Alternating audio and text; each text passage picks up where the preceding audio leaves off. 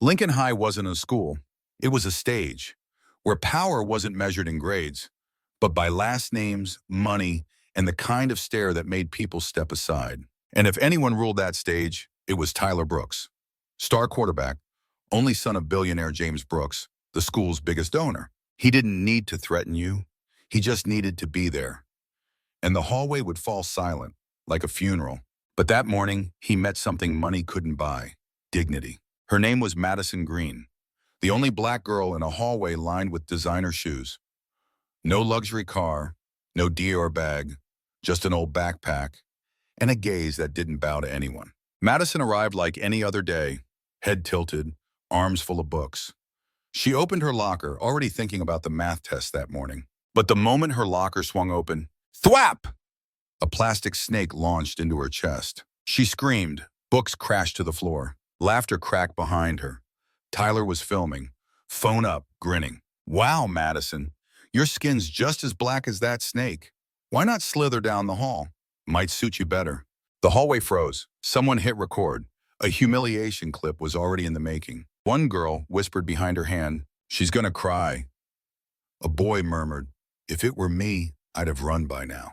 But Madison didn't cry, didn't flinch, didn't speak. She crouched slowly, picked up her books, calm, cold, controlled. Then she looked up, and her gaze, it didn't scream, it didn't rage. It said, "I'm letting you live for now. I'll let this slide just this once.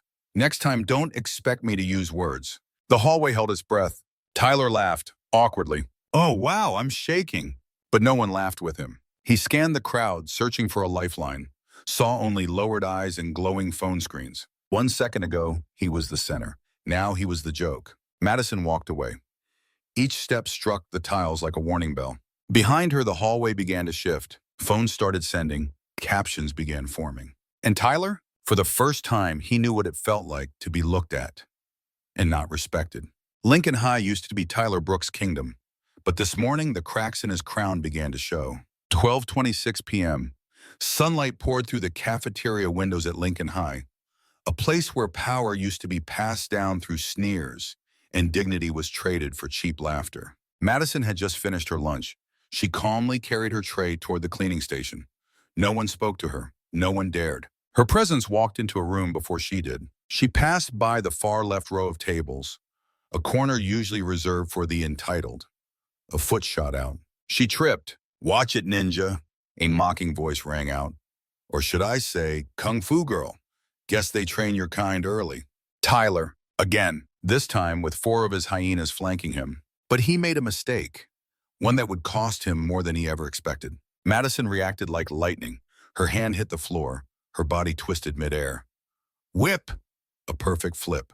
She landed on one knee, balanced, controlled, like a fighter taking her stance. Her tray wasn't so lucky. Food scattered across the floor. Rice, sauce, vegetables flying everywhere. Laughter erupted. Tyler howled like he just won a talent show. "Did y'all see that? Kung Fu Madison, someone get that on TikTok fast." Madison exhaled. She crouched down, quietly collecting the broken pieces of her tray. "I gave him one chance, but if you keep your head down long enough, they'll start thinking you were born beneath their feet." She stood up, and in front of her stood a wall. Tyler and his 4 goons, shoulder to shoulder. "Move," Madison said, her voice soft as breath, sharp as a blade. Tyler sneered. "Did you just give me an order? One little somersault and now you think you're some kind of superhero?" One of his friends whispered behind him. "Tyler, I'm not so sure anymore. Did you see her eyes?" "Shut up," Tyler snapped. He stepped forward. "This morning you threatened me in front of everyone. Now I'm gonna show you who really runs this school." No warning. He swung at her, a slap to the face. Smack! It didn't land. She caught it. 1 second, just one. Madison pivoted, using his momentum.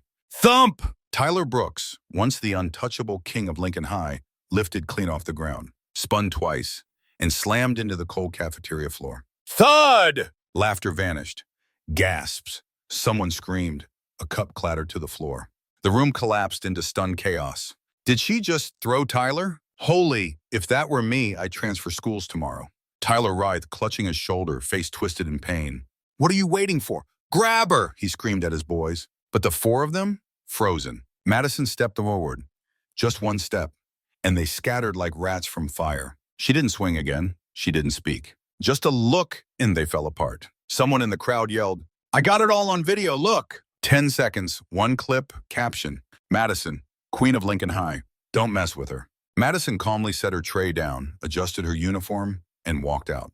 Every step away was a blade slicing through what Tyler thought was power. Behind her, Tyler groaned on the ground. No one helped him. No one dared. She didn't raise her voice. She didn't raise her fist. But she made the entire cafeteria hold its breath. They came 5 strong. She only needed one look and 1 second to rewrite the rules. 7:48 a.m. the next day. Madison had just stepped through the gates of Lincoln High when a voice called out behind her. "Green, principal's office, now." On the way there, no one dared speak to her. The looks she got weren't mocking anymore. They weren't pity. They were fear, respect, and curiosity. She walked into the office like someone with nothing left to lose. Waiting for her, Principal Aldridge, tired eyes and a forced smile. Vice Principal Klein, the kind who valued connections over truth. Tyler Brooks' mother, a gray designer suit and a stare sharp enough to cut glass. Aldridge began. "Madison, we're very disappointed. Very, very disappointed." She said nothing. He continued. "The footage from yesterday is spreading quickly, and regardless of the initial cause, violence on school grounds is unacceptable." Tyler's mother slammed her hand on the desk hard. A pen rolled off the edge. "My son couldn't sleep last night. He's a national-level athlete. He had Ivy League prospects. And now, this girl has jeopardized everything. She should be expelled immediately." Vice Principal Klein stepped in, voice quieter but still dripping with pressure. "We're considering temporary suspension, but if you're willing to submit a written apology, we may take a more lenient route." Madison raised her head. She spoke for the first time. But before a word left her lips, something stirred in her chest, a memory. Her grandfather's voice, and a question. "If I bow my head today, how many girls who look like me will think silence is the safest choice when they're disrespected?" Her eyes could have chilled the whole room. Apologize? After he called me Kung Fu Girl? After he raised his hand first? After I was cornered by 5 of them? The room went still. Madison pulled out her phone, opened a video. Not the throwdown, but the part where Tyler used slurs right before it all started. "I didn't come here to cause trouble, but if you think the Brooks name matters more than the truth, you should know I have social media too, and I'm not quiet." Principal Aldridge began to sweat. Vice Principal Klein's tone shifted. Tyler's mother gripped her purse so tightly her knuckles went pale. We'll revisit the matter. For now, you're excused for 2 days, no suspension, no record." Madison stood up. "I don't need favors. I need fairness. And yesterday, if I hadn't stood up, someone else would be under his foot today." She walked to the door, then stopped, turned back. Her face wasn't angry, not bitter, just clear. People can pretend to be deaf when power speaks, but they can't pretend to be blind when the truth is captured in 4K. "Good day, gentlemen." It all began with a cold smile in the principal's office. Tyler was raging. "She slammed me to the floor, in front of everyone. The whole school's laughing at me online. You have to do something." Principal Williams looked up, calmly placed her pen down, and spoke with a scalpel-sharp voice. "This is my office, Tyler, and in here you'll learn how to speak properly." But then her tone shifted, colder, calculated. "We don't need to punish Madison through discipline. There's a softer way, a more graceful approach, a tribute that everyone will understand as a setup." The plan was drawn. A piano performance in front of the whole school, under pressure, under scrutiny, under the spotlight designed to humiliate. The next day, Madison was walking past the arts wing when she was stopped. "Madison, can I have a word?" It was Ms. Marshall, the arts coordinator, voice stiff, eyes colder. "The school's hosting the 100th anniversary celebration. You'll represent the junior class. Piano performance." Madison blinked. "A piano piece?" "Yes. Practice well. Don't embarrass the school." She didn't wait for a response. Her heels echoed sharply down the polished hallway. Madison stood still, didn't say a word, but inside she understood exactly what this was.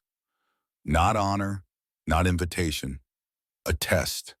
A trap. That evening, she walked home through golden streaks of fading sunlight. Not angry, just suddenly full of memories. The first notes she ever heard weren't at school. They were from her mother. The old, worn piano, The smell of toast in the kitchen, her grandfather sipping tea, her little sister clapping every time she messed up, just to cheer her on. She sat down, lifted the lid, and played. Not the school's assigned piece, her own version. Because as her mother once said, when you can't speak, baby, let the music do it for you, Lincoln High. Performance day. Madison walked into the auditorium, spotlights beaming, gowns glittering, hundreds of eyes waiting to witness a stumble. She wore a simple navy dress, her curls pinned back by a tiny sparkling clip, placed by her mother that morning. Tyler sat front row, arms folded like he'd paid for the punchline. And now representing the junior class, Madison Green. The MC's voice echoed. A small gasp rippled through the audience. She stepped on stage. The lights hit her face. Her seat creaked as she sat. A parent raised an eyebrow. A student live-streamed with the caption, "Incoming flop." She placed her hands above the keys and waited. They think I'll freeze. They think I'll mess up. They don't know. I've been practicing this piece with every word I never got to say. Then she played. The first note, gentle, like an apology. The second firm, a declaration. And the music breathed. She didn't play Beethoven. She played herself. Jazz, classical, soul, all woven into a story no one else could tell. Every note whispered, this is who I am. This is what I've survived. I don't need your forgiveness to move forward. The auditorium was silent. Her mother squeezed her father's hand. Alicia, her little sister, whispered, she's talking, without saying a word. Tyler looked down. Principal Williams clenched her skirt. Miss Marshall stood behind the curtain, hands shaking, eyes glistening. When the final note rang out, no one moved. Then came the first clap, then another. Brent, Tyler's former right hand, stood up first, clapping, eyes glassy. No one expected it, maybe not even him. And then the room stood, not out of politeness, but because they just witnessed something you couldn't clap lightly for. Madison stood, didn't bow, didn't curtsy, just a nod, like someone who had just spoken in a language more powerful than any speech. They gave her a stage to embarrass her. She turned it into a podium for a generation. The next morning, no one said her name aloud. But Madison Green was in every shared link, every group chat whisper, every TikTok, Twitter, and Reddit thread, and even PTA message boards. Did you see the girl from Lincoln playing piano? I'm crying. That might be the most honest music I've ever heard, not because of skill, but truth. Her phone pinged nonstop. You were tagged in a post by @YouthSoulMag. 1.2 views, 189K likes, 18K shares. DM from unknown.